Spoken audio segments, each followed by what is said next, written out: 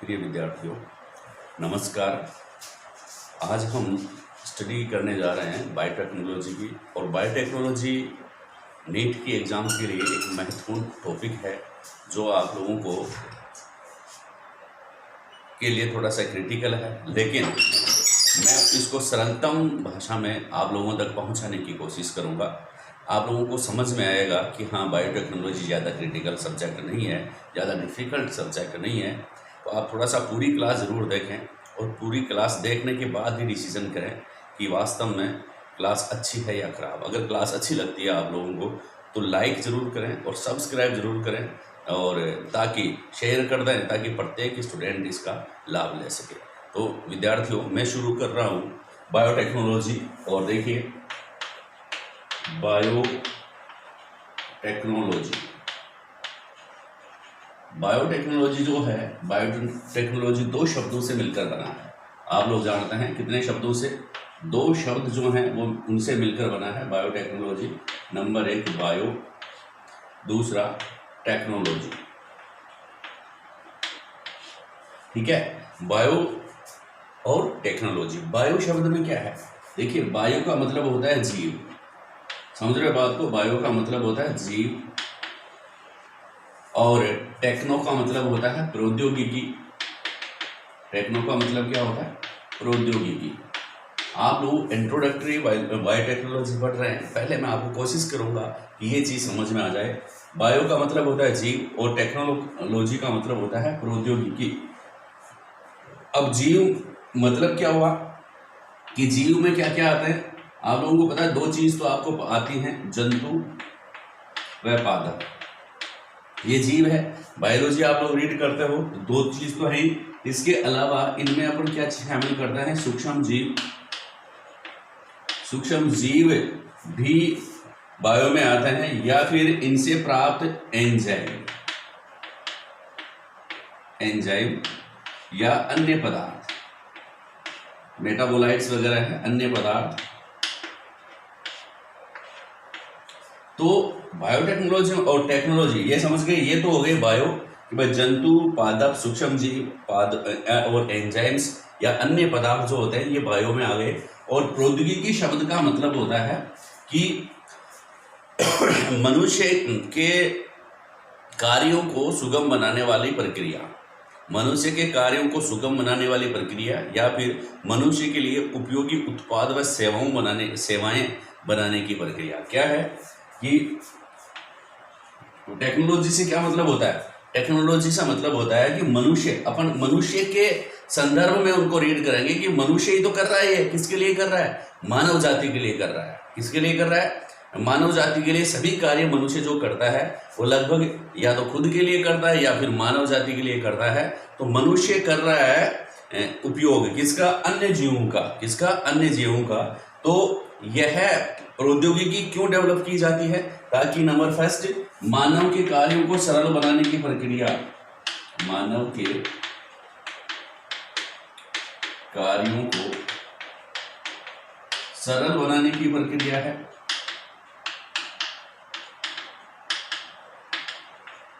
ठीक है। दूसरा, टेक्नोलॉजी में क्या पढ़ेंगे आप कि मानव के कार्य को और मानव के लिए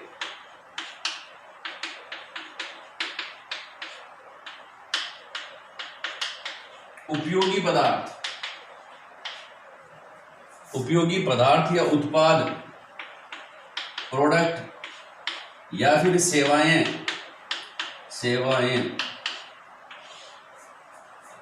बनाने की जो प्रक्रिया है वह कहलाती है प्रौद्योगिकी। आगे बात समझ में, दो बातें हैं। नंबर एक कि भाई बायो का मतलब होता है जीव, और दूसरा है टेक्नो का मतलब होता है प्रौद्योगिकी। प्रौद्योगिकी में अपन क्या करते हैं कि मानव के लिए उपयोगी उत्पाद बनाते हैं, मानव के लिए उपयोगी सेवाएं बनाते हैं। अब दोनों को बात करें कि बायोटेक्नोलॉजी क्या हो गया, तो मैं कह रहा हूँ आप लोगों के समझ में आ गई होगी परिभाषा। इन दोनों को मिलाकर के रीड करेंगे कि वह प्रक्रिया जिसके द्वारा वह प्रोसेस जिसके द्वारा जीवों, ये हैं जीवों या इनके उत्पादों, अन्य जीवों या उत्पादों के द्वारा मानव उपयोगी उत्पाद या सेवाएं प्राप्त की जाती हैं, उस प्रक्रिया को बायोटेक्नोलॉजी कहता है। सीधी सी सरल भाषा में आप लोगों को मालूम पड़ गया होगा कि अन्य जीव व उनके अन्य जैविक कारक जो हैं उन या अन्य जैविक कारकों या इनके उत्पादों से मानव के लिए उपयोगी उत्पाद तैयार करने की जो प्रक्रिया है दैट इज बायोटेक्नोलॉजी। अब आगे के प्रोसेस में मैं आपको बता रहा हूं कि बायोटेक्नोलॉजी मुख्यतः दो प्रकार की है। कुछ बायोटेक्नोलॉजी का अपन उपयोग प्राचीन समय से करते आ रहे हैं, वह तो हो गई प्राचीन बायोटेक्नोलॉजी, और अब उसने विकास करके क्या नई चीज प्राप्त की है जो वर्तमान में अपन यूज कर रहे हैं, वह नवीन बायोटेक्नोलॉजी है। कैसे उसका विकास हुआ, प्राचीन बायोटेक्नोलॉजी में और नवीन बायोटेक्नोलॉजी में क्या डिफरेंस है, देखिए आप लोग दोनों में क्या है। तो बायोटेक्नोलॉजी का मतलब समझ में आ गया होगा, दोबारा से एक बार रिवाइज करवा देता हूं मिटाने से पहले, कि जैविक कारकों जिनमें जंतु कोशिका है, पादप कोशिका है, पादप का ऊतक है, या सूक्ष्म जीव हैं, ज्यादा से ज्यादा सूक्ष्म जीवों का उपयोग किया जा रहा है, और या इनसे प्राप्त एंजाइम है, इन जैविक कारकों या इनके उत्पादों से क्या कर रहे हैं, मानव के लिए उपयोगी पदार्थ या सेवाएं प्राप्त कर रहे हैं। तो इस प्रक्रिया को बायोटेक्नोलॉजी कहते हैं। और बायोटेक्नोलॉजी एक ऑब्जेक्टिव, और जो biotechnology the term biotechnology is given by Karl Ereky, किसके द्वारा दिया गया भाई, ये जो टर्म जो है वो किसके द्वारा दिया गया, कार्ल इरेकी द्वारा 1919 में दिया गया। कब दिया गया, 1919 में कार्ल इरेकी द्वारा बायोटेक्नोलॉजी टर्म दिया गया। जैव तकनीकी शब्द सर्वप्रथम कार्ल इरेकी द्वारा दिया गया। चर्चा कर रहे थे कि बायोटेक्नोलॉजी कितने प्रकार की होती है, तो that is 2 types of biotechnology. Number first old या एंशिएंट बायोटेक्नोलॉजी, और लेटेस्ट या न्यू बायोटेक्नोलॉजी। इन दोनों में डिफरेंस बड़े हिसाब से हम पढ़ने जा रहे हैं। देखिए आप लोगों के हिसाब से कि आप लोगों को समझ में आए कि वास्तव में बायोटेक्नोलॉजी डिफिकल्ट नहीं है। HR सर से पढ़ेंगे तो बायोटेक्नोलॉजी इजी हो जाएगी, डिफिकल्ट नहीं होगी। तो देखिए बायोटेक्नोलॉजी के 2 प्रकार हैं। बायोटेक्नोलॉजी हम 2 प्रकारों में इनको रीड करते जाएंगे। जब भी मैं लिखूंगा दोनों प्रकार आप लोग ध्यान से रीड करेंगे।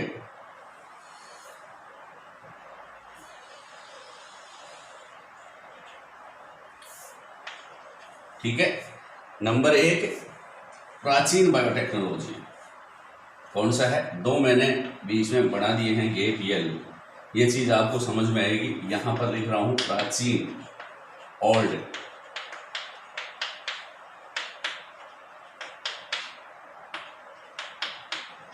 और इधर है नवीन बायोटेक्नोलॉजी।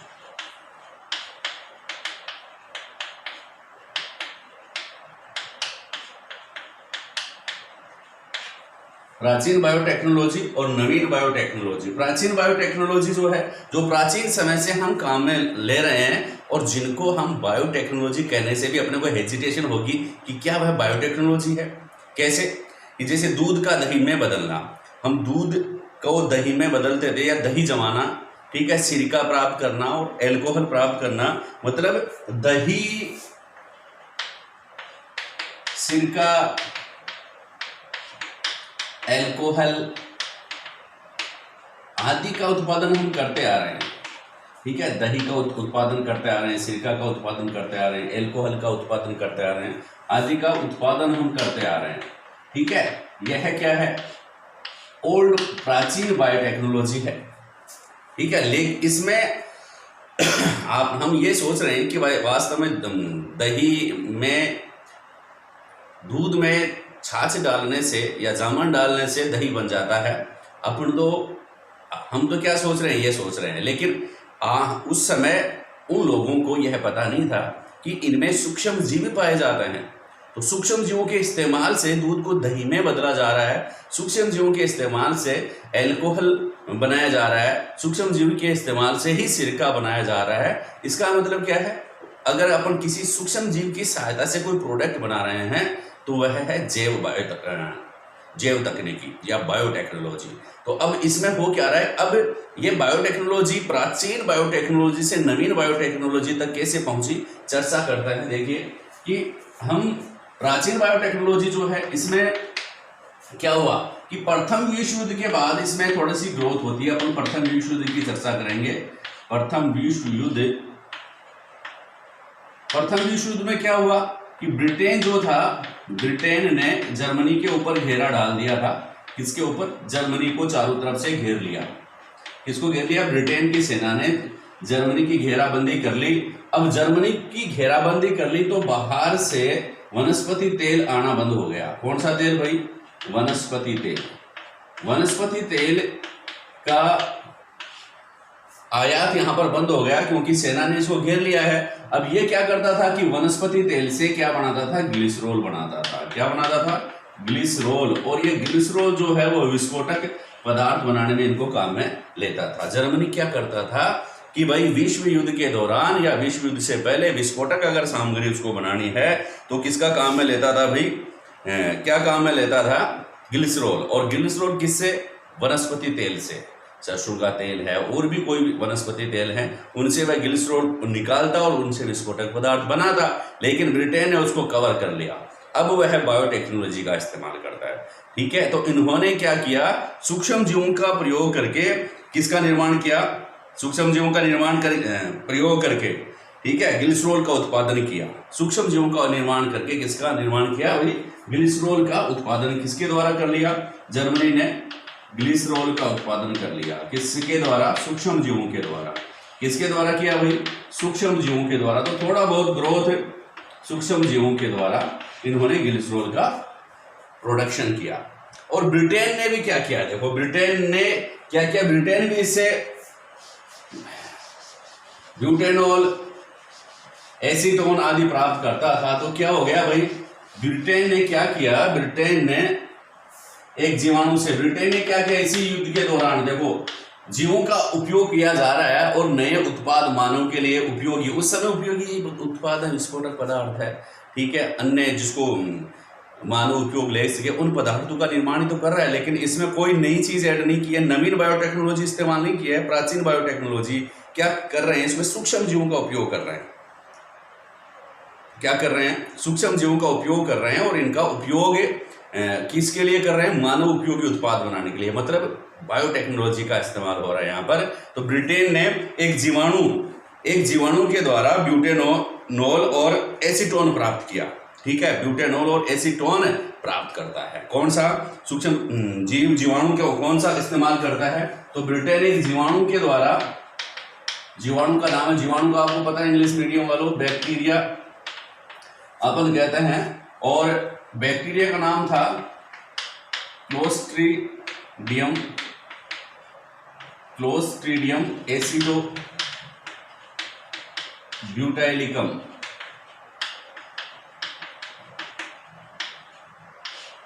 क्लोस्ट्रीडियम एसिडोब्यूटाइलिकम। ठीक है, ये क्या नाम था? जीवाणु का नाम था। इससे इन्होंने दो प्रोडक्ट प्राप्त किए।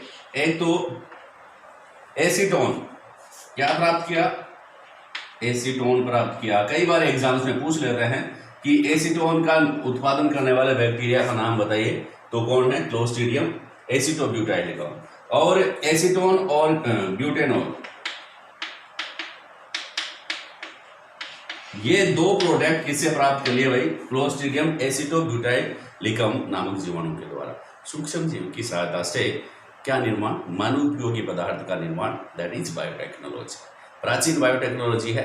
अब है तो बायोटेक्नोलॉजी है। प्राचीन इसलिए कह रहे हैं कि प्राचीन समय में काम में ले रहे थे और सिर्फ सूक्ष्म जीव का ही इस्तेमाल हो रहा है।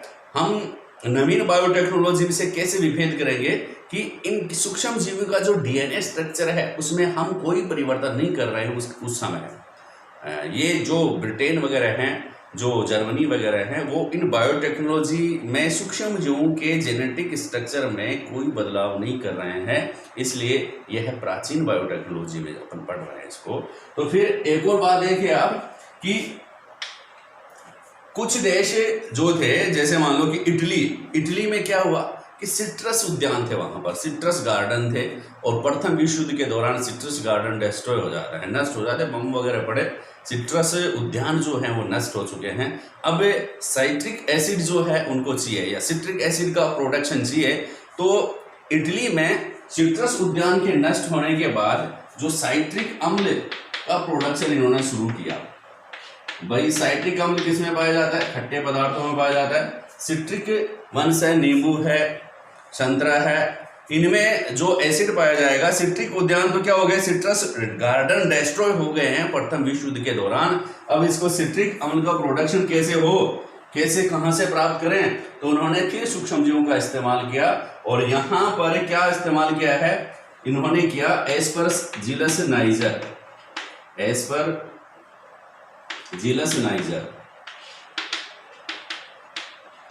एस्परजिलस नाइजर आपको पता है क्या है? एक फंगस या फंजाई, या इसको हिंदी में कवक कहते हैं।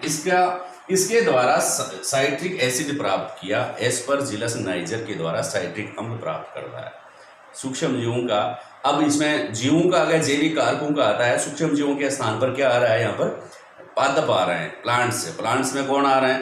भाई फंजाई आ रहा है, फंगस आ रहा है। तो उसकी फंगस जो है उसका एक विभेद काम में लेते हैं कवकों का। कौन सा? Aspergillus niger. कौन सा? एस्परजिलस नाइजर जो था, एस्परजिलस नाइजर से सिट्रिक अम्ल का व्यापारिक उत्पादन इन्होंने शुरू कर दिया है। ठीक। अब द्वितीय विश्व युद्ध जो है उसमें भी कुछ काफी चेंजेज होते हैं। द्वितीय विश्व युद्ध में क्या है? पेनिसिलियम नोटेटम जो है, पेनिसिलियम नोटेटम से किसका उत्पादन बढ़ जाता है 1944 में? 1944 में किसका प्रोडक्शन? पेनिसिलिन का प्रोडक्शन बढ़ जाता है। क्यों बढ़ जाता है भाई? पेनिसिलिन का प्रोडक्शन इसलिए बढ़ जाता है कि वहां उस समय मेडिसिन की आवश्यकता है। किससे? मेडिसिन की आवश्यकता है। इसमें अपन लिखेंगे, अभी पहले इसमें लिख देता हूं मैं, पेनिसिलियम नोटेटम। पेनिसिलियम नोटेटम के द्वारा किसका उत्पादन होता है? पेनिसिलिन का। किसका उत्पादन होता है भाई? पेनिसिलिन। और पेनिसिलिन का उत्पादन वैसे फ्लेमिंग ने कर दिया था 1930 में ही, लेकिन 1944 में इनका उत्पादन बढ़ जाता है। क्यों बढ़ जाता है? यूएसए वगैरह में, क्योंकि भाई आप लोगों को पता है कि क्या हो रहा था, युद्ध हो रहे थे, तो दर्द निवारक औषधियों की खूब ज्यादा जरूरत थी। तो इसलिए पेनिसिलिन नोटेटम द्वारा पेनिसिलिन के उत्पादन में बढ़ोतरी कर दी गई। तो यह भी बायोटेक्नोलॉजी है, क्योंकि पेनिसिलियम नोटेटम जो है वो जैविक जीव है। कौन सा जीव है? कौन सा जीव है? कवक है। पेनिसिलियम नोटेटम नामक कवक से पेनिसिलिन का प्रोडक्शन होता है। ठीक है। एस्परजिलस नाइजर से किसका प्रोडक्शन किया उन्होंने? एस्परजिलस नाइजर से साइट्रिक अम्ल का प्रोडक्शन किया। फिर जीवाणु एसिटोब्यूटाइलिकम जो है, क्लोस्ट्रीडियम एसिटोब्यूटाइलिकम के द्वारा एसीटोन व ब्यूटेनॉल का प्रोडक्शन किया। तो यह प्राचीन बायोटेक्नोलॉजी चल रही है, और उसमें थोड़ा सा विकास हो रहा है। प्राचीन बायोटेक्नोलॉजी में क्या हुआ भाई? विकास हो गया है। अब नवीन बायोटेक्नोलॉजी में क्या है? देखो, अब ये चीज आप लोग पढ़ रहे हो कहां पर? प्राचीन बायोटेक्नोलॉजी में। क्या खास बात आई प्राचीन बायोटेक्नोलॉजी की? मैं ये कह रहा हूं कि प्राचीन बायोटेक्नोलॉजी में कुछ ज्यादा खास बात नहीं आई। इसमें आपने क्या देखा? आप मुख्य अंतर अगर आप प्राप्त करना चाहोगे तो प्राचीन बायोटेक्नोलॉजी में सिर्फ यहां देखेंगे, सिर्फ जैविक कारकों का, मूल जैविक कारकों का अपन लिखेंगे, मूल जैविक कारकों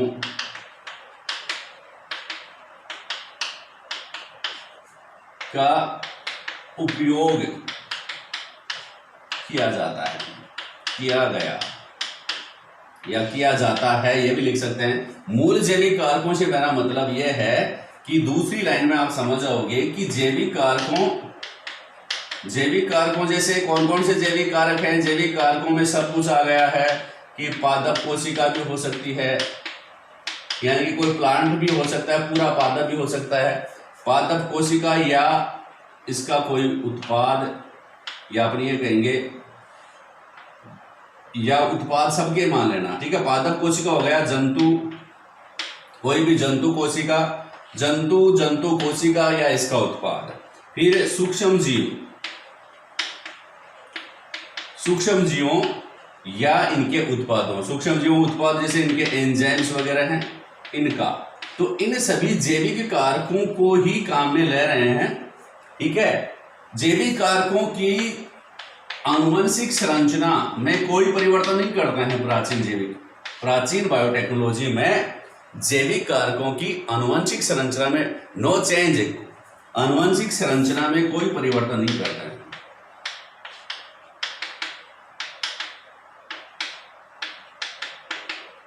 ठीक है, कोई परिवर्तन मनुष्य इनमें नहीं करता है, तो यह इसलिए ये ओल्ड या प्राचीन बायोटेक्नोलॉजी कहलाती है। इसमें होता क्या है, इसमें विकास कैसे करते हैं, इसमें अच्छे उत्पाद कैसे प्राप्त करते हैं, इसमें दो ही है, एक तो नई क्षमताओं वाले सूक्ष्म जीवों या जैविक कारकों को यह प्राप्त करें। क्या तरीका है भाई, प्राचीन बायोटेक्नोलॉजी में अब उत्पादन बढ़ाना है तो क्या करें भाई, नए विभेदों की खोज हो, नए विभेद का मतलब कोई सूक्ष्म जीवों के कई विभेद अपन खोजें कि ये चीज मनुष्य के लिए उपयोगी बना सकते हैं, खुद बनाते हैं, प्राकृतिक क्षमता है इनकी कि वो जैसे एस्परजिलस नाइजर जो है वह खुद क्या बनाता है, एस्परजिलस नाइजर साइट्रिक अम्ल का प्रोडक्शन करते हैं, ये इनकी नेचुरल पावर है, इसमें मनुष्य ने कुछ ही नहीं किया है।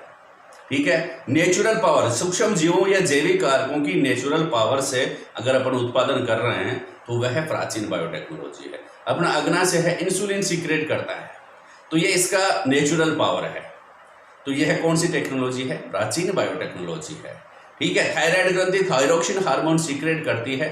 ठीक है, अगर ये है, हो सकता है किसी मनुष्य में ज्यादा करे किसी में कम करे, लेकिन प्रोडक्शन थायराइड ग्रंथि थायरोक्सिन हार्मोन का प्रोडक्शन करती है, तो इसकी यह प्राचीन बायोटेक्नोलॉजी है। ठीक है, इसमें हम कुछ चेंज नहीं कर रहे हैं, तो ये प्राचीन बायोटेक्नोलॉजी है। तो इसमें अगर विकास करना है तो अपन कुछ ऐसे सूक्ष्म जीवों को या जैविक उत्पादों की खोज करेंगे जो मानव उपयोगी उत्पादों का निर्माण करे। अरे ऐसे सूक्ष्म जीवों की खोज करेंगे, ऐसे कोई जंतु की खोज करेंगे, ऐसे पादप की खोज करेंगे जो मानव के लिए उपयोगी जैविक कारकों का प्रोडक्शन करे, तो यह क्या कहलाएगी, प्राचीन बायोटेक्नोलॉजी कहलाएगी अपने। ठीक है, तो अब नए विभेदों की खोज की जाए, एक तो यह है इसमें विकास का कारण, इसकी नए विभेदों की खोज। ठीक है, और जो पुराने विभेद हैं उनमें नई क्षमताओं वाले पुराने विभेदों की खोज। ठीक है, नई क्षमताओं वाले विभेदों की खोज। दूसरे अपन क्या करें इसमें विकास के लिए, नई क्षमताओं वाले विभेदों की खोज करें।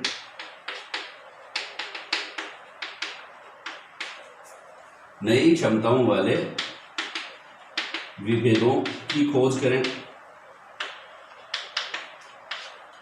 और इनका दूसरी बात, अपने को जो विभेद दिख रहे हैं उनमें अपन सिलेक्शन अपना सही करें कि ये जो विभेद है इसका वह ज्यादा प्रोडक्शन देगा। तो सूक्ष्म जीवों की क्षमताओं में इनकी जो कैपेबिलिटी है उसमें अपन वर्ण करें, सिलेक्शन करें, उनमें म्यूटेशन करवाएं, उत्परिवर्तन करवाएं और उसमें कुछ सुधार करें उनकी जीवों में, बिना आनुवंशिक छेड़छाड़ के, बिना जेनेटिक छेड़छाड़ के, उसमें बिना कोई जेनेटिक चेंजेस के अगर हम सूक्ष्म जीवों का इस्तेमाल अपन करते हैं तो ये प्राचीन बायोटेक्नोलॉजी है। समझ में आ रही होगी आप लोगों को। अब नवीन बायोटेक्नोलॉजी क्या है, नवीन बायोटेक्नोलॉजी में क्या करता है अपन, इसको ध्यान से देखिए। नवीन बायोटेक्नोलॉजी में दो चीजें होती हैं इसमें, एक तो अपने को मानव, ये चाहिए कि मानव के लिए उपयोगी उत्पाद किसकी, अपने को कौन सा मानव उपयोगी उत्पाद जरूरी है। ठीक है, आप लोग, मैं सीधा सा एग्जांपल अपन नवीन बायोटेक्नोलॉजी को स्टडी करेंगे इंसुलिन के निर्माण से, इसको आप समझिए, फिर अपन इसकी चर्चा करेंगे। इंसुलिन का निर्माण कहाँ होता है, इंसुलिन का निर्माण होता है अग्नाशय में। कहाँ पर होता है भाई, अग्नाशय में। तो नवीन बायोटेक्नोलॉजी, जब अग्नाशय से इंसुलिन का निर्माण बढ़ाया जाए, अग्नाशय में ही इंसुलिन का निर्माण बढ़ाया जाए, तो ये तो हो जाएगा प्राचीन बायोटेक्नोलॉजी। लेकिन नवीन बायोटेक्नोलॉजी में क्या करेंगे, अग्नाशय से किसका जीन पता करेंगे, उस जीन को अलग करेंगे, काटेंगे इसके डीएनए से, कि जो इंसुलिन का फॉर्मेशन करता, किसका फॉर्मेशन करता वो ध्यान से सुनना। हम दूसरे स्टेप में क्या करेंगे नवीन बायोटेक्नोलॉजी में से कि अग्नाशय में इंसुलिन का प्रोडक्शन करने वाले, इंसुलिन का उत्पादन करने वाले जीन की पहचान करेंगे या प्रोटीन की पहचान करेंगे। ठीक है, इंसुलिन का उत्पादन करने वाले जीन की पहचान करेंगे।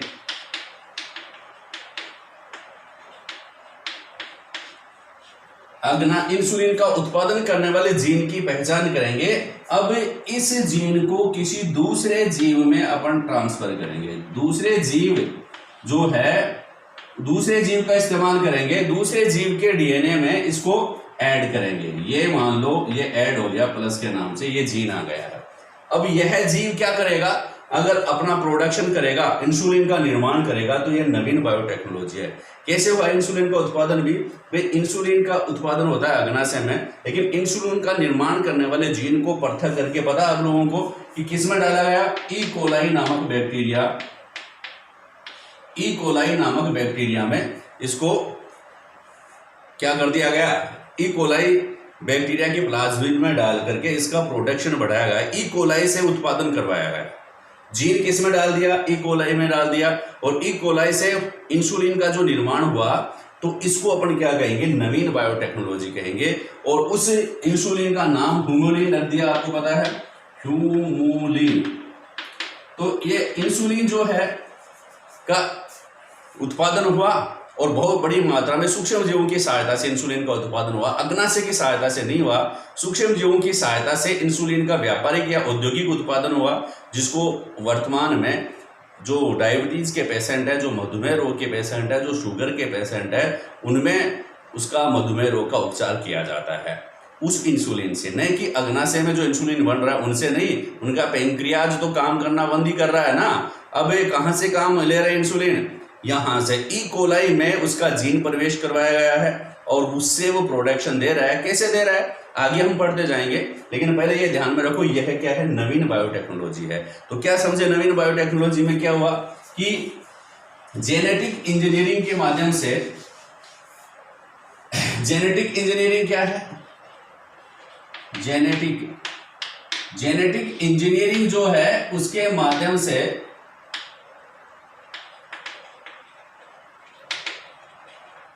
जेनेटिक इंजीनियरिंग के माध्यम से सूक्ष्म जीवों या इनके उत्पादों से मानव उपयोगी उत्पाद प्राप्त किए जाते हैं नवीन बायोटेक्नोलॉजी में। जेनेटिक इंजीनियरिंग में क्या होता है? जेनेटिक इंजीनियरिंग में डीएनए जो होता है उसमें से किसी वांछित डीएनए में से किसी वांछित डीएनए को पृथक किया जाता है और उसको किसी अन्य सूक्ष्म जीव में या अन्य विधि के द्वारा मानव उपयोगी अपन उत्पाद प्राप्त करते हैं।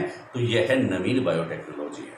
यह क्या है? नवीन बायोटेक्नोलॉजी है। अब इस नवीन बायोटेक्नोलॉजी में कौन कौन से पद होते हैं, देखो कैसे ये काम करती है। इसको आप 5 पद ये बहुत एग्जाम में पूछे जाते हैं कि नवीन बायोटेक्नोलॉजी के 5 टर्म कौन कौन से हैं प्रोसेस की, कि क्या क्या होता है नवीन बायोटेक्नोलॉजी में। आप लोगों के भी दिमाग में आ रहा होगा। इनको नेक्स्ट क्लास में जैसे आप लोग पढ़ेंगे प्रिंसिपल ऑफ बायोटेक्नोलॉजी, उसमें अपन रीड करेंगे। तो देखिए प्रोसेस कौन से हैं 5। देखिए नवीन बायोटेक्नोलॉजी के हैं। प्राचीन बायोटेक्नोलॉजी में तो कुछ नहीं है, सूक्ष्म जीवों के विभेदों को एकदम अपने को सेलेक्ट करना है कि कौन सा अच्छा विभेद है। नए सूक्ष्म जीवों की तलाश करते रहेंगे और उनमें ही वेट करेंगे, उनमें कोई वर्ण द्वारा कोई नया सूक्ष्म जीव जो प्रोडक्शन ज़्यादा करता है उनका निर्माण तो नहीं हो रहा, या कोई बढ़िया किस्म जैसे अपन खेती में करते हैं कि भाई पहले प्राचीन समय में खेती में कोई अच्छे गेहूं जो थे उनको छांट लेते थे, उनको बीज बना लेते थे। तो यह सिलेक्शन प्रोसेस चयन विधि के द्वारा ही अपन क्या करते थे, भाई नया उत्पादन में बढ़ोतरी करते थे। लेकिन यहाँ पर सबसे पहले अपने को क्या करना पड़ेगा? विभेद, चयन व सुधार। पहले तो स्ट्रेन का चयन करना पड़ेगा, पहले प्रोसीजर है, इनको एक्सप्लेनेशन अपन करेंगे आगे। पहला है विभेद चयन, विभेद का चयन करेंगे एवं सुधार। आप लोगों से पूछ लेते हैं बायोटेक्नोलॉजी के विभिन्न प्रोसेस, विभिन्न पद कौन कौन से हैं। तो ये है नंबर फर्स्ट है विभेद चयन एवं सुधार। आप इसको क्या देखेंगे? विभेद चयन एवं सुधार में आप इंग्लिश में भी देख लीजिए, विभेद का मतलब होता है strength, choice and improvement. English में क्या आ जाएगा? Strength, choice and improvement. ठीक है, पहला तो विभेद का चयन होगा और उसका इंप्रूवमेंट अपन करेंगे। दूसरे प्रोसीजर में क्या होगा भाई? मास कल्चर, बड़े पैमाने पर इनका संवर्धन करेंगे, कल्चर करेंगे। दूसरा, बड़े पैमाने पर संवर्धन, बड़े पैमाने पर इन स्ट्रेन का समर्थन करेंगे।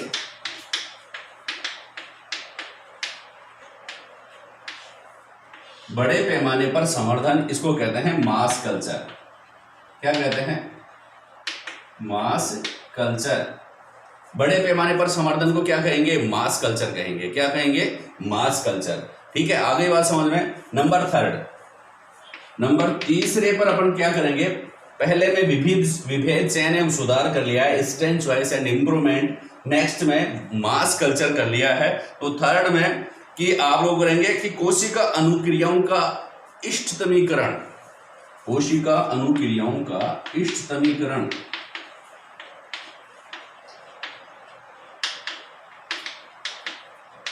कोशिका अनुक्रियाओं का इष्टतमीकरण।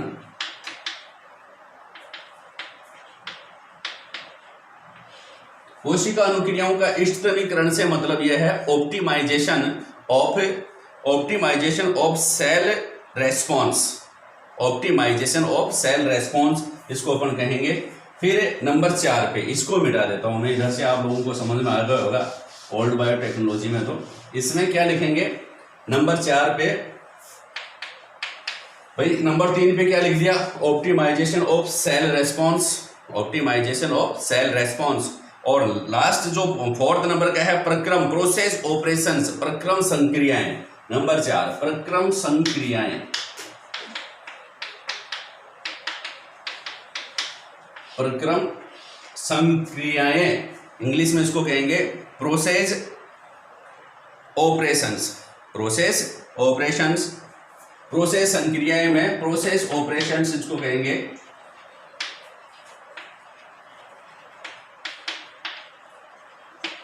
प्रोसेस ऑपरेशंस होंगे फिर, और लास्ट में उत्पाद प्राप्ति होंगी, प्रोडक्ट रिकवरी, प्रोडक्ट रिकवरी, उत्पाद प्राप्ति, प्रोडक्ट रिकवरी।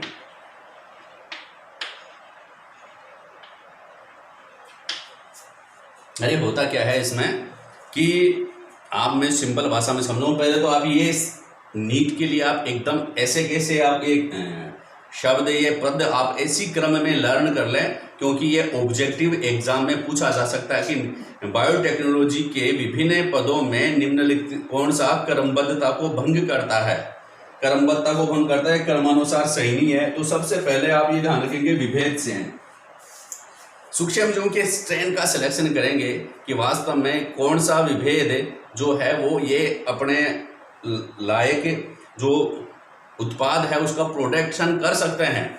फिर बड़े पैमाने पर उसका संवर्धन, फिर उन सूक्ष्मजीवों का बहुत अधिक मात्रा में अपन क्या करेंगे? कल्चर करते हैं, संवर्धन करते हैं, ताकि ज्यादा से ज्यादा अपने को उत्पाद प्राप्त हो सके। तीसरा, कोशिका अनुक्रियाओं का इष्टतमीकरण, ऑप्टिमाइजेशन, जो भी इनके अंदर अनुक्रियाएं जो हो रही हैं उनको ऑप्टिमाइज हम इसमें करते हैं। तो तीसरा हो जाएगा कोशिका अनुक्रियाओं का इष्टतमीकरण। नंबर 4 प्रोसेस ऑपरेशन, क्या क्या अपने को करने पड़ेंगे उसके लिए, वो सारी क्रियाएं अलग से अपन पढ़ेंगे, इनको प्रोसेस ऑपरेशंस के अंतर्गत आती हैं। और 5वां है प्रोडक्ट रिकवरी, कि उत्पाद अपने को कैसे प्राप्त होगा, उत्पाद के अंत में लास्ट में उत्पाद कैसे प्राप्त करेंगे, उत्पाद प्राप्त करने के लिए अपने को कौन कौन से प्रोसेस में गुजरना पड़ेगा।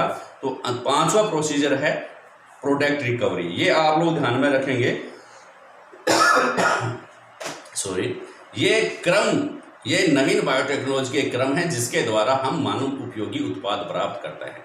ठीक है, पर जेनेटिक इंजीनियरिंग का इस्तेमाल होता है नवीन बायोटेक्नोलॉजी में। जेनेटिक इंजीनियरिंग में क्या है कि किसी डीएनए से रिकॉम्बिनेंट डीएनए बनाते हैं, डीएनए में काट छांट करके उपयोगी जीन अपन पृथक करेंगे। पहले सीधी सी भाषा में आप ध्यान में रखिए कि पहले किसी भी डीएनए में से उपयोगी जीन का चुनाव करेंगे अपन, कोई कौन सा जीन जो है वो अपने मानव के लिए उपयोगी उत्पाद का निर्माण करेगा, उसको किसी नए सूक्ष्म जीव में जो प्रोडक्ट बनाता है उस प्रोडक्ट में, उस जीन में अपन उसके डीएनए के साथ उसको जोड़ेंगे, ठीक है, तो ये क्या हो जाएगी, जेनेटिक इंजीनियरिंग। या जो डीएनए अपने को दोबारा नया डीएनए जो प्राप्त होगा जिसमें बाहरी जीन का समावेश किया जाता है, तो वह रिकॉम्बिनेंट डीएनए कहलाता है। तो कहने का मतलब क्या है, ये नवीन बायोटेक्नोलॉजी जो है वह है एक तरह से recombinant DNA, recombinant DNA technology